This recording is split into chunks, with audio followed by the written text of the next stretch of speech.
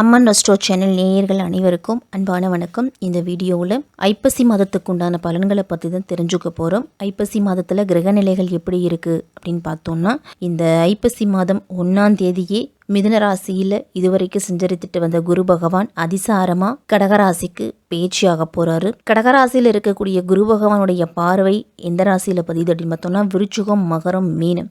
இதுவரைக்கும் எவ்வளவு பிரச்சனைகள் குரு பகவானால் இருந்துச்சோ அந்த பிரச்சனைகள் எல்லாமே குருவோட பார்வையால் சரி செய்து கொடுக்கும். இந்த 3 ராசிக்காரர்களுக்கு மிகப்பெரிய யோகமாக இருக்கும். இந்த கடகத்தில் இருக்கக்கூடிய குரு பகவான் அதிசார பயிற்சியால் இந்த மாதம் முழுவதுமே சனி வக்கரம் பெற்று தான் செஞ்சிருக்கிறாரு. ஐப்பசி மாதம் 10ஆம் தேதி விருச்சிக ராசிக்கு செவ்வாய் வராரு. சூரியன் துலாம் ராசியில் நீச்சம் பெற்று செஞ்சரிக்கக்கூடிய மாதம் தான் ஐப்பசி மாதம். செவ்வாய் துலாம் ராசியில் 10ஆம் தேதி வரைக்கும் இருக்கிறாரு. அதன் பிறகு விருச்சிக ராசியில் ஆட்சி பெற்று செஞ்சரிக்க போறாரு. புதன் துலாம் ராசியில் இருக்கிறாரு.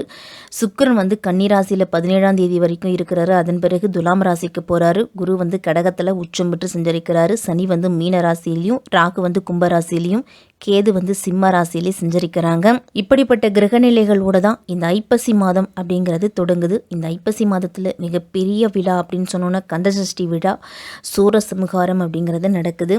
முருகனுக்கு விரதம் இருந்து முருகனை வழிபட்டுட்டு வாங்க. மேன்மேலும் உங்களுக்கு தொழில், குடும்பம், வாழ்க்கையில் வெற்றி அப்படிங்கிறது அதிகமாக கிடைக்கும். தைரியமும் தன்னம்பிக்கையும் அதிகரிக்கும். ஒவ்வொரு ராசிக்கும் இந்த ஐப்பசி மாதம் எப்படி இருக்குது அப்படிங்கிறத விரிவாகவே பார்த்துருவோம். கும்பராசிக்காரர்களுக்கும் கும்ப லக்னத்தில் பிறந்தவங்களுக்கும் இந்த ஐப்பசி மாதம் எப்படி இருக்க போகுது? உங்கள் ராசிநாதன் சனி பகவான் வக்கரத்தை செஞ்சிருக்கிறார். தனபாக குடும்பஸ்தானம்னு சொல்லக்கூடிய 2ஆம் இடத்துல சனி பகவான் இருக்கிறாரு. 7 ரச்சனையில் பாத சனி அப்படிங்கிறது நடந்துக்கிட்டு இருக்குது. அப்போ கும்பராசிக்காரர்கள் எல்லாருமே முழங்கால் வலி, மூட்டு வலி, காலில் ஏதாவது வலி அப்படிங்கிற பிரச்சனையை உணருவீங்க.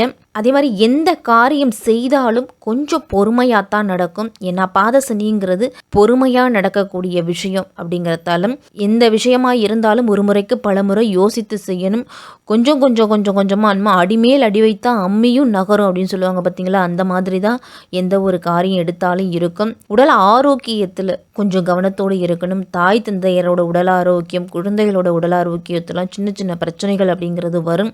உங்கள் ராசியிலேயே ராகு இருக்கிற பொருளாதார பற்றாக்குறை ஏற்பட்டாலும் விரயங்கள் அப்படிங்கிறது அதிகரிக்கும்.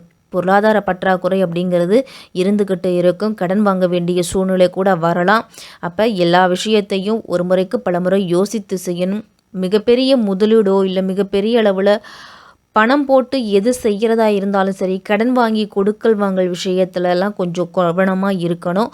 கும்பராசிக்காரர்கள் மாதத்தின் தொடக்கத்தில் குரு பகவான் அதிசாரமாக கடகராசியில் உச்சம் பெற்று சஞ்சரிக்க போகிறாரு. உங்கள் ராசிக்கு 6ஆம் இடம்னு சொல்லக்கூடிய எதிர்ப்பு வியாதி கடனை குறிக்கக்கூடிய இடத்துல குரு பகவான் உச்சம் பெற்று சஞ்சரிக்கிறாரு. அப்போ கொஞ்சம் கவனத்தோடு இருக்கணும். எதிரிகளுடைய பலம் அப்படிங்கிறது மேலோங்கி இருக்கும். உங்கள் கூடையே இருக்கிறவங்க கூட உங்களை விட்டு விலகி சொல்லுவாங்க. ஒரு சிலருக்கெல்லாம் அறுவை சிகிச்சை செய்ய வேண்டிய சூழல் கூட வரும். அப்போ கொஞ்சம் கவனத்தோடு தான் இருக்கணும். உத்தியோகத்தை பொறுத்த வரைக்கும் உங்களுடைய வேலைக்குரிய அங்கீகாரம் கிடைக்குமா அப்படின்னா சற்று கடினம்தான். திடீரென மாற்றங்கள் அப்படிங்கிறது வரும். அது உங்களுக்கு மன வருத்தத்தை கொடுக்கலாம். இந்த மாதம் முழுவதுமே உங்கள் ராசியில் ராகு இருக்கிறாரு. சனி வக்ர இயக்கத்தில் இருக்கிறார். அப்போ நீங்கள் நினைச்சது ஒன்றும் நடந்தது ஒன்றுமா இருக்கும். 7.5 சனியில் பாத சனியில் இருக்கீங்க. நீங்கள் சனிக்கிழமையில் சனி பகவானை வழிபட்டுட்டு வந்தீங்க அப்படின்னா சனி பகவானால் ஏற்படக்கூடிய தாக்கம் அப்படிங்கிறது குறையும். கும்பராசிக்கு 6ஆம் வீட்டுக்கு குரு பகவான் வரார். குருவோட பார்வை தனஸ்தானத்தில் இருக்கிறதால ஓரளவு பணவரவு அப்படிங்கிறது கண்டிப்பாக உண்டு. குருவோட பார்வையும் இருக்கிறதால குடும்பத்துக்குள்ளே இருந்துட்டு வந்த பிரச்சனைகள் நீங்கி கணவன் மனைவிக்குள்ள ஒற்றுமை அப்படிங்கிறது அதிகரிக்கும். நீங்கள் எதிர்பார்த்ததை விடவும் தொழிலையும் வேலை செய்யக்கூடிய இடத்துலையும் வியாபாரத்திலையும் நல்ல வருமானம் அப்படிங்கிறது இருக்கும். செவ்வாய் விருச்சிக ராசிக்கு வராதால முயற்சிகள் அனைத்துலேயும் முன்னேற்றம் இருக்க போகுது. தைரியம் அப்படிங்கிறது அதிகரிக்கும். உங்களுக்கு எல்லா விஷயங்களிலும் வெற்றி பெறதுக்கு உங்களுடைய குல தெய்வத்தை மனதார கும்பிடுங்க.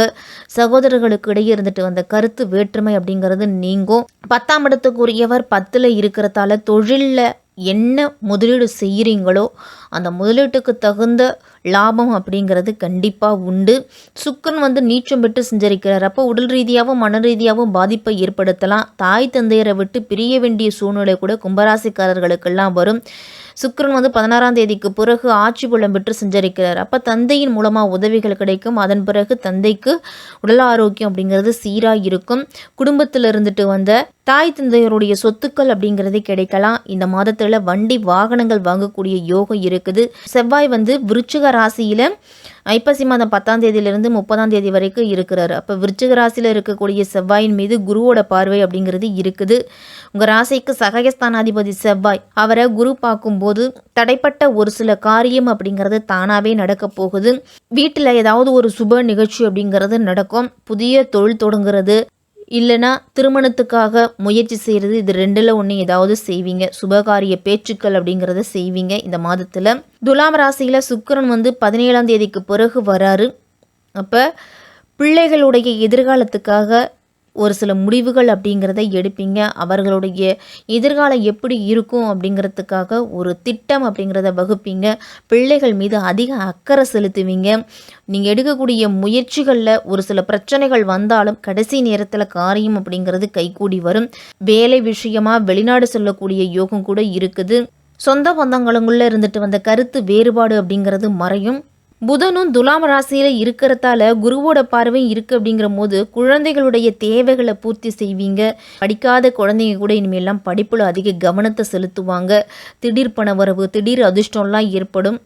கும்பராசிக்காரர்களுக்கு 8 10 இருக்கிறதால புதிதாக தொழில் நண்பர்கள், தொழில் வாய்ப்புகள் அப்படிங்கிறதே கிடைக்கும். குரு பகவான் அதிசாரமாக செல்லுவதால் உங்களுடைய புதிய முயற்சிகளில் தெய்வம் கூட இருந்து உங்களுக்கு அருள் புரியும். 7ஆம் அதிபதியான சூரியனும் நீச்சமாவதால் திருமண வாழ்க்கையில் ஒரு சில பாதிப்புகள் அப்படிங்கிறது வரலாம். நண்பர்களுக்குள்ளேயும் கருத்து வேறுபாடு அப்படிங்கிறது வரும். இந்த மாதத்தில் சூரியனும் சுக்கிரனும் சேர்றதால சுக்கிராதித்ய யோகம் அப்படிங்கிறது இருக்குது. அப்போ திருமணம் சார்ந்த விஷயங்கள் கைகூடி வரும். திருமணத்தில் இருந்துட்டு வந்த தடை தாமதம் நீங்கும். கும்பராசிக்கு 7 சனி நடந்துக்கிட்டு இருந்தாலும் தொழில் ரீதியாகவும் குடும்பத்தில் வளர்ச்சி, பணவரவு அப்படிங்கிறது உண்டு. குழந்தைகளால் இருந்துட்டு வந்த மனக்கவலை, மனக்கசப்பு நீங்கும். சனி வக்கரமாக இருக்குது அப்படிங்கிறதால ஓரளவு நன்மை அப்படிங்கிறது கும்பராசிக்காரர்களுக்கு உண்டு. வேலை தேடிக்கிட்டு இருக்கக்கூடிய கும்பராசிக்காரர்களுக்கு வேலை வாய்ப்பு கிடைக்கும். வெளியூர் வெளி மாநிலம் செல்லும் பொழுது அங்கே இருக்கக்கூடிய சட்டத்திட்டங்களை அறிஞ்சு அதன்படி நடந்துக்கிறது தான் ரொம்ப நல்லது. இந்த ஐப்பசி மாதம் பெண்களுக்கெல்லாம் குடும்பத்துக்குள்ள சந்தோஷமான செய்தி அப்படிங்கிறது கிடைக்கும். முடிஞ்ச வரைக்கும் தான் உண்டு தன் வேலை உண்டுன்னு இருங்க. மற்றவர்கள் குடும்ப விஷயங்களில் தலையிடுவதை தவிர்த்துக்குங்க. வருமானம் அப்படிங்கிறது திருப்திகரமாக இருந்தாலும் செலவுகளும் உங்களுக்கு அந்தளவு இருக்கும். சனி பகவான் வழிபாடு அப்படிங்கிறது உங்களுக்கு அதிக அளவு நன்மையை கொடுக்கும். அதே மாதிரி சனிக்கிழமையில் ஆஞ்சநேயருக்கு நீதீபம் ஏற்றி வழிபட்டுட்டு வாங்க. அமாவாசை நாட்களில் வெற்றிலை மாலை சாற்றிட்டு எந்த காரியத்தை நீங்கள் தொடங்கினாலும் அது வெற்றியில் முடியும். தைரியமும் தன்னம்பிக்கையும் அதிகரிக்கும்.